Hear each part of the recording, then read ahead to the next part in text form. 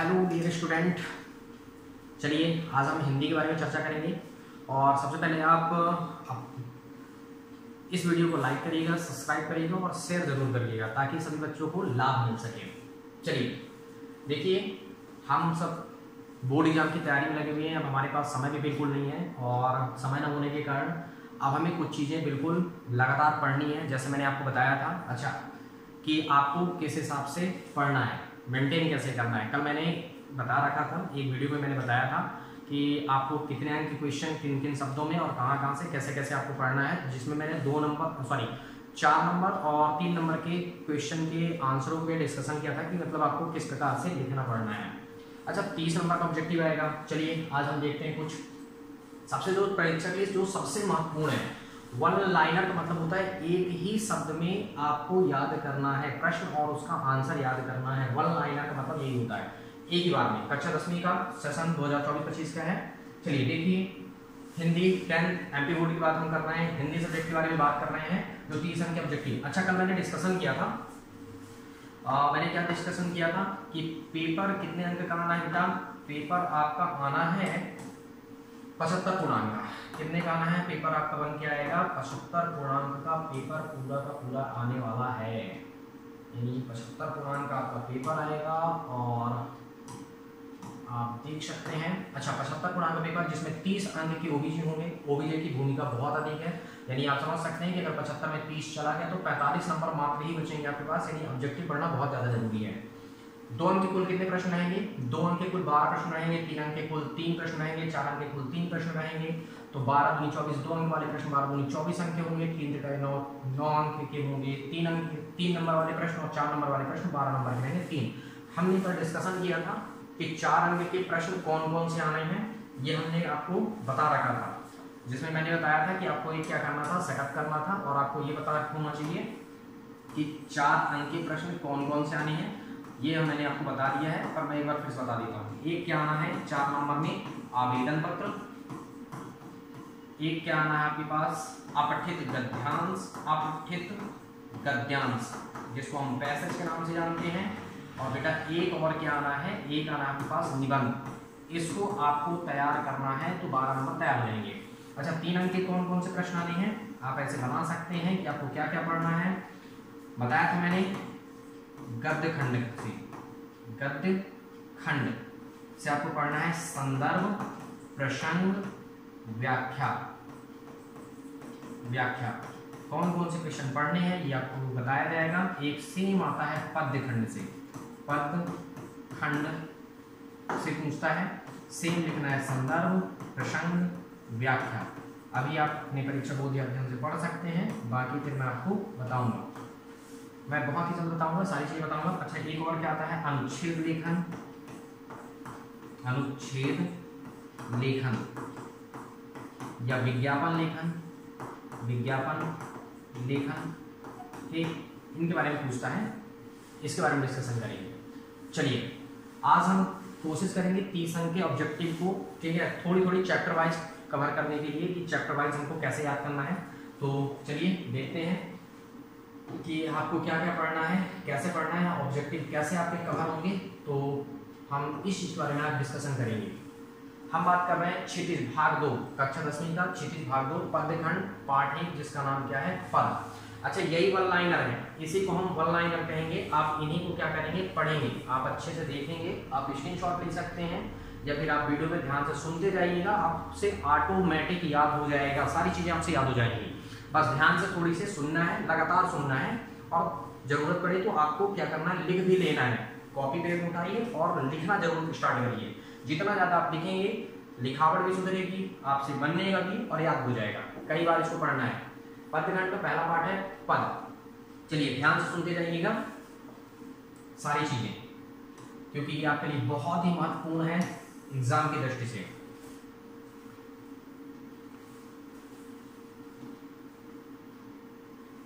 देखिए पहला पद, पाठ का नाम है पद सूरदास। सूरदास का जन्म सन 1478 में हुआ था। ये आपको याद कर लेना है कि सूरदास का जन्म सन 1478 में हुआ था। ऑब्जेक्टिव के तौर में खाली स्थान में भी पूछा जा सकता है या विकल्प के रूप में भी पूछा जा सकता है। खाली स्थान हो, चाहे सही विकल्प हो, चाहे आपके पास सही जोड़ी हो, चाहे शब्द हो, चाहे एक शब्द में हो, कहीं पे भी आ सकता है। सूरदास का जन्म सन 1478 में हुआ था।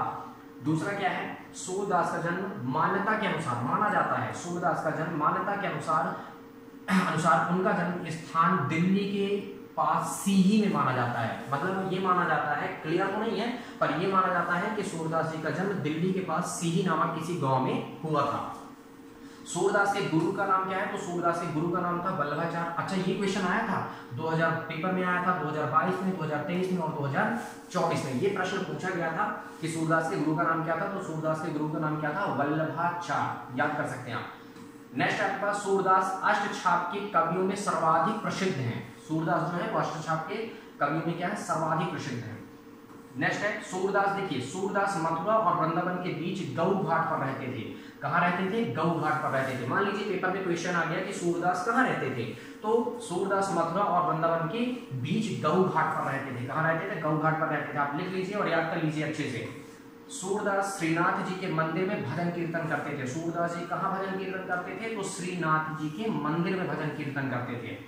नेक्स्ट है सूरदास का जो निधन है, सूरदास जी की मृत्यु जो है, निधन जो है वो सन 1583 में हुई है। और कहाँ हुई है, परसौली में हुआ है।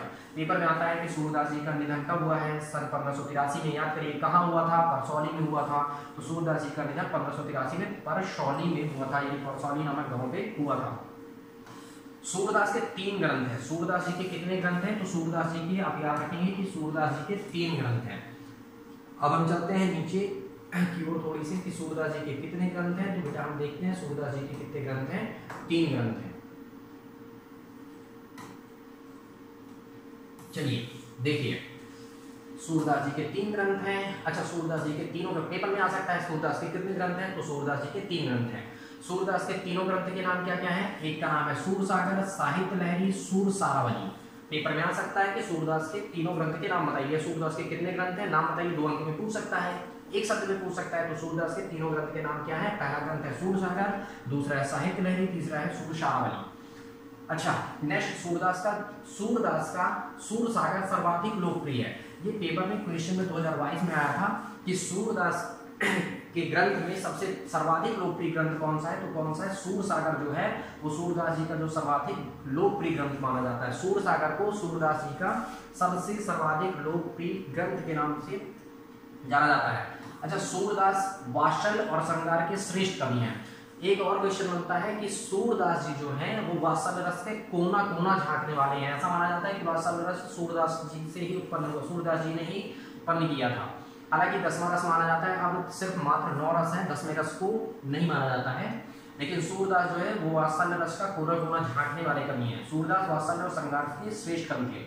नेक्स्ट, सूरदास श्री कृष्ण के अनन्य भक्त थे। सूरदास किसके भक्त थे, श्री कृष्ण के भक्त थे। ठीक, सूरदास की भाषा ब्रज भाषा है, पेपर में आता है। सूरदास की भाषा कौन सी भाषा है, तो सूरदास की भाषा ब्रज भाषा है। अच्छा देखिए, सूरदास के पद जो हैं, सूरदास के पद लोकगीतों की परंपरा की श्रेष्ठ कड़ी है। ठीक है, किसके पद लोकगीतों की परंपरा की श्रेष्ठ कड़ी मानी जाती है, तो सूरदास के पद माने जाते हैं। देखिए, सूरदास के पद लोकगीतों की परंपरा की श्रेष्ठ कड़ी है। नेक्स्ट, सूरदास के पद सूरसागर के भ्रमर गीत से 4 पद लिए गए हैं। देखिए, सूरदास के पद सूरसागर के भ्रमर गीत से 4 पद लिए गए हैं। कहने का मतलब ये है कि आपके जो पाठ में सूरसागर पद नामक जो पाठ है उसमें जो 4-4 लाइनें की 4 कविताएं ली गई हैं वो सूरसागर के भ्रमर गीत से लिए गए हैं। कहां से लिए गए, सूरसागर के भ्रमर गीत से लिए गए हैं, जो आपके पाठ में दिया गया है।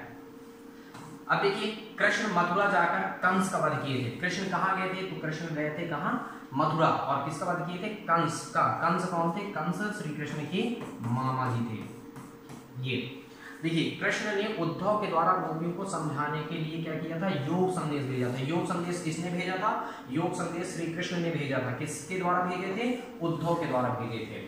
ठीक, आगे चलते हैं।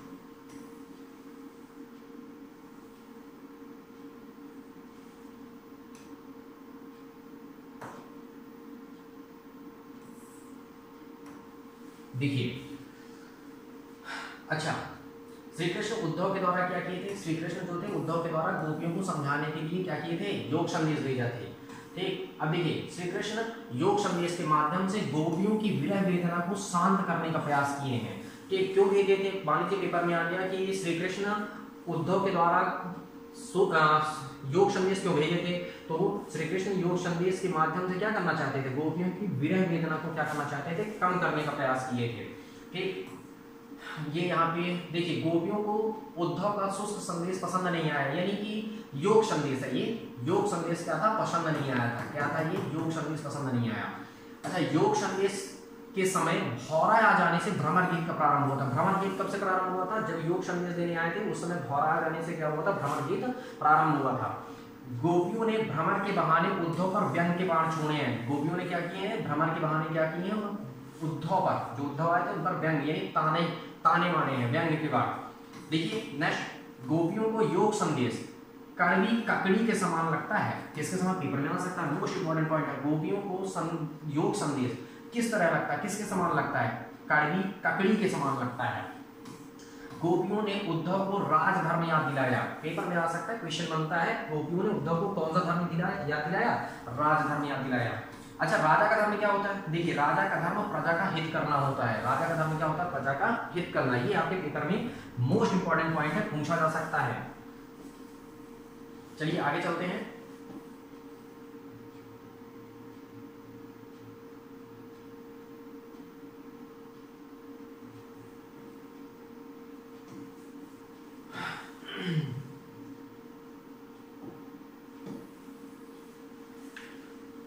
नेक्स्ट पॉइंट कवर करते हैं। देखिए गोपियों ने उद्धव को बड़भागी कहकर व्यंग्य किया है। पेपर में क्वेश्चन कई बार पूछा भी गया है, गोपियों ने उद्धव को क्या कहा है, बड़भागी कहा है। देखिए अपरस का क्या अर्थ होता है, अपरस का अर्थ होता है अछूता। अपरस का क्या अर्थ होता है, अछूता। पुरैन पात का क्या अर्थ होता है, कमल का पत्ता।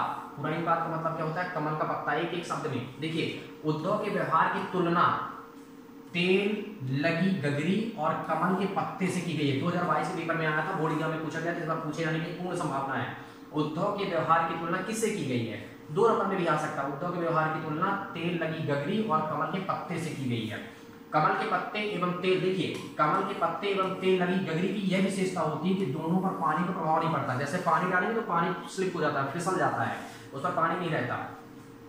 देखिए नेक्स्ट अगर बात करें, गोपियों ने कहा कि उद्धव अभी तुमने प्रेम रूपी नदी में अपने पैर भी नहीं डुबाए हैं। गोपियों ने क्या कहा, ये सत्य में पूछा जा सकता है कि गोपियों ने कहा कि उद्धव अभी तुमने प्रेम रूपी नदी में अपने पैर नहीं डुबाए हैं। सत्य है या सत्य है, आप बता सकते हैं, सत्य है। श्री कृष्ण से अनन्य प्रेम के कारण गोपियां स्वयं को भोली भाली एवं अबला बता रही हैं। किसके कारण गोपी अपने आप को अबला बता रही हैं या भोली भाली बता रही हैं, श्री कृष्ण के अनन्य प्रेम के कारण अपने आप को भोली भाली एवं अबला बता रही हैं। फिर देखिए नेक्स्ट, गोपियां कहती हैं, क्या कहती हैं कि जिस प्रकार चींटियां गुड़ से लिपटी रहती हैं उसी प्रकार हम भी कृष्ण के प्रेम में अनुरक्त हैं। उसी प्रकार हम क्या है, कृष्ण के प्रेम में अनुरक्त हैं। अगला है मन की मन ही मांझ रही का अर्थ क्या है, पेपर में आ सकता है। मन ही मांझ रही का अर्थ क्या है, अर्थ है कि गोपियों के मन की बात मन में ही रह गई। जैसे कभी कभी होता है, हम किसी को कुछ कहना चाहते हैं लेकिन हम कह नहीं पाते, अपने मन की बात मन में ही रख लेते हैं।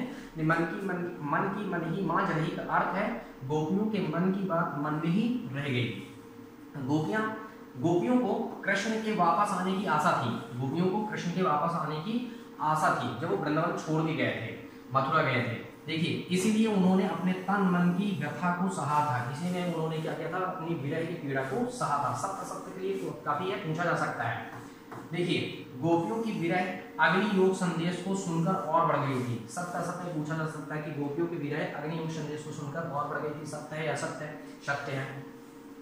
चलिए आगे चलते हैं, प्रत्येक चैप्टर को कवर करना है। तो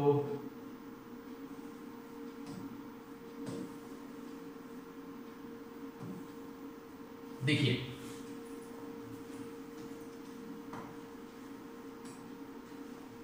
गोपियों की विरह अग्नि योग संदेश को सुनकर और बढ़ गई थी। मर्यादा ना लही के माध्यम से प्रेम की मर्यादा की बात की जा रही है। पेपर में आ सकता है, मर्यादा ना लही के माध्यम से किसकी बात की जा रही है, प्रेम की बात की जा रही है, प्रेम की मर्यादा की बात की जा रही है। अच्छा देखिए, हारिल एक प्रकार का पक्षी होता है। हारिल क्या है? हारिल एक पक्षी है जो अपने पैरों पर सदैव एक लकड़ी को पकड़े रहता है। हारिल एक पक्षी है जो अपने पैर में हमेशा एक लकड़ी के टुकड़े को क्या करेगा? पकड़ा रहेगा। नेक्स्ट, गोपियों ने श्री कृष्ण को मन, कर्म, वचन और अपने हृदय से सदा के लिए बसा लिया था। गोपियों ने श्री कृष्ण को अपने मन में, आपको मन, कर्म, वचन से अपने हृदय में क्या कर लिया था? बसा लिया था। गोपियां सोते जागते सपने में एवं दिन रात कृष्ण के नाम का जाप करती थी। पेपर में आता है गोपियां सोते जागते दिन हो चाहे रात हो किसका जाप करती थी? श्री कृष्ण का जाप करती थी। व्याधि का अर्थ क्या होता है? पेपर में आया था एक बार, ठीक है, तिमाही छमाही में किसी में पूछा गया था। व्याधि का अर्थ होता है रोग, पीड़ा पहुंचाने वाली वस्तु होती है व्याधि। व्याधि क्या है? व्याधि का अर्थ होता है रोग, जो पीड़ा पहुंचाने वाली क्या है? एक प्रकार की वस्तु है, पीड़ा पहुंचाता है। ठीक, गोपियों ने योग संदेश उन्हीं को देने की बात कही है जिनके मन चंचल और एवं चक्री के समान है। पेपर में क्वेश्चन बन सकता है कि गोपियां योग संदेश किसको देने के लिए कह रही हैं? तो गोपियां योग संदेश उनको देने के लिए कह रही हैं जिनके मन क्या है? चंचल है एवं चक्री के समान है। चंचल है मतलब चारों तरफ घूमते रहते हैं, ठीक, और चक्री के समान मतलब स्थायी नहीं रहता उनका मन। गोपियों के अनुसार श्री कृष्ण पहले से ही चतुर थे और मथुरा जाकर राजनीति का ग्रंथ पढ़ लिया है, ठीक ना। सत्य में पूछ सकता है कि गोपियों के अनुसार श्री कृष्ण पहले से ही चतुर थे, ठीक, गोपी के अकॉर्डिंग मथुरा जाकर राजनीति को उन्होंने और क्या ग्रंथ पढ़ लिया है। गोपियां कहती हैं कि पहले के लोग भले ही सज्जन होते थे, दूसरों के हित के लिए घूमते फिरते थे, और एक कृष्ण है जो दूसरों का मन चोरी किए फिरते हैं। उनका कहना था कि गोपियां क्या कहती थी? पहले के लोग भोले भाले और सज्जन होते थे और दूसरों के हित के लिए घूमते फिरते थे, और यहाँ श्री कृष्ण है जो हमारे मन को लिए चोरी किए फिर रहे हैं। गोपियों के अनुसार राजा का धर्म क्या होता है? प्रजा को न सताया जाए, प्रजा का हित करे, ठीक। गोपियां श्री कृष्ण से अपना मन मांग रही हैं। पेपर में आ सकता है गोपियां श्री कृष्ण से क्या मांग रही है? अपना मन मांग रही है, जो अपने साथ ले गए, जो श्री कृष्ण कहा मथुरा गए थे तो लेके गए थे, क्योंकि ये सब श्री कृष्ण के नन्द व्यक्ति थे, और जब ये कृष्ण जी मथुरा चले गए थे तो इनका किसी का पूरे गोकुल वासियों का मन नहीं लग रहा था। नेक्स्ट देखते हैं, लास्ट ये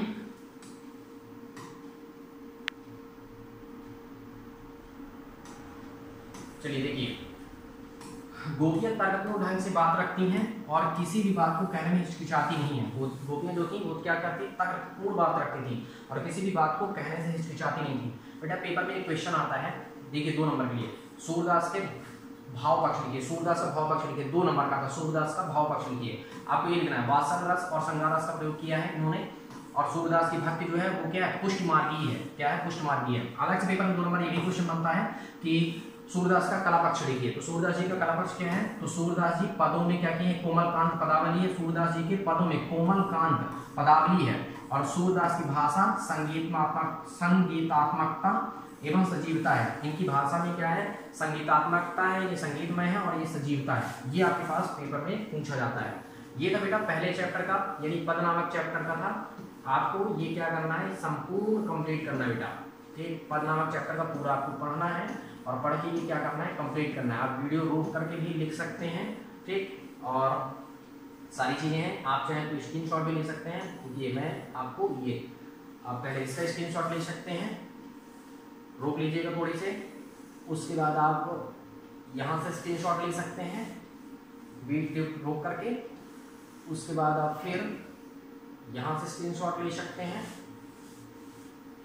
और उसके बाद फिर आप ये स्क्रीनशॉट ले सकते हैं। ये पूरा आ जाएगा। थैंक यू बेटा। आपको ऑब्जेक्टिव के लिए मेहनत करना है। मैं लगातार आपके लिए क्वेश्चन लेके आऊँगा, और प्रत्येक दिन आपको वीडियो प्रोवाइड होगी। हर एक सब्जेक्ट कोशिश कर रहा हूँ मैं कि आप बोर्ड एग्जाम की तैयारी करवा सकूँ, और बस आपको पढ़ना है, मेहनत करना है, लगनशीलता से मेहनत करना है, पूर्ण रूप से मेहनत करना है आपको, ठीक ना।